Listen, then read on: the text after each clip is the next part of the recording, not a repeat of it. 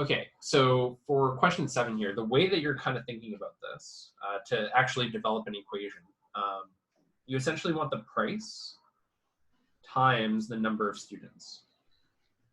Yeah. Okay. Equals the revenue. Okay. So when you're selling initially, you're selling the tickets for $5, so it'll be 5.00, and then times the number of students, so 300 students. Yeah. Okay. Then what we're going to do is we're going to add on 50 cents to the price, so 5 plus 50 cents. And then when we do that, we're going to be subtracting away 20 students, so 300 minus 20, right?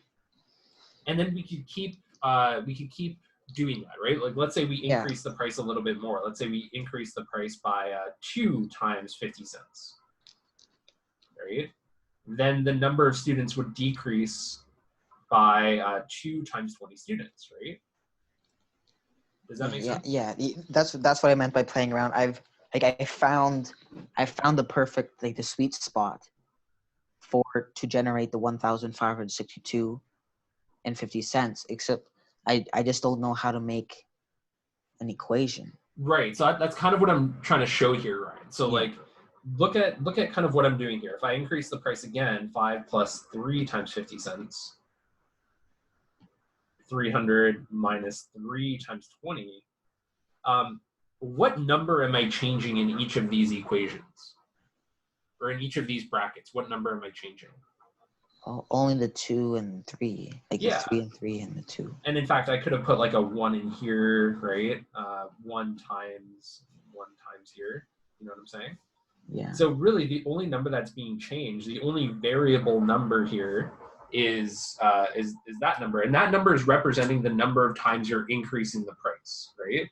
So if you're increasing the price twice, then you're adding on 2 times 50 cents worth of ticket price, right?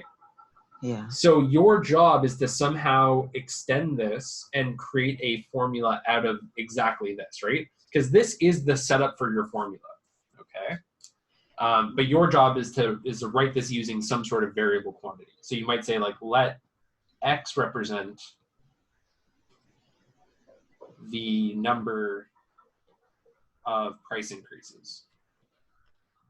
Okay, yeah. I was basically doing what you were doing, except just without the formula. I was just increasing and then decreasing and increasing and then decreasing. Right. Okay. I see. Yeah, like this is a good setup for the formula, right? Basically, I picked different values for X. So you're going to have to put X into the equation instead of like actual numbers. Yeah. And then you can go and actually attempt to solve. Yeah. Then that's a formula, like a universal formula for whatever you want X to be. Exactly. Yeah. So X is going to be set to some number. Your job is to find that X that makes this your revenue, right? Yeah. Yeah. Does that help out a little bit? Yeah, that does, actually. Okay, cool. Yeah, I'll be around this afternoon if you want to chat more about this, okay? Yeah, okay. Thank you. All right. Thanks, Ryan. See you later. Bye.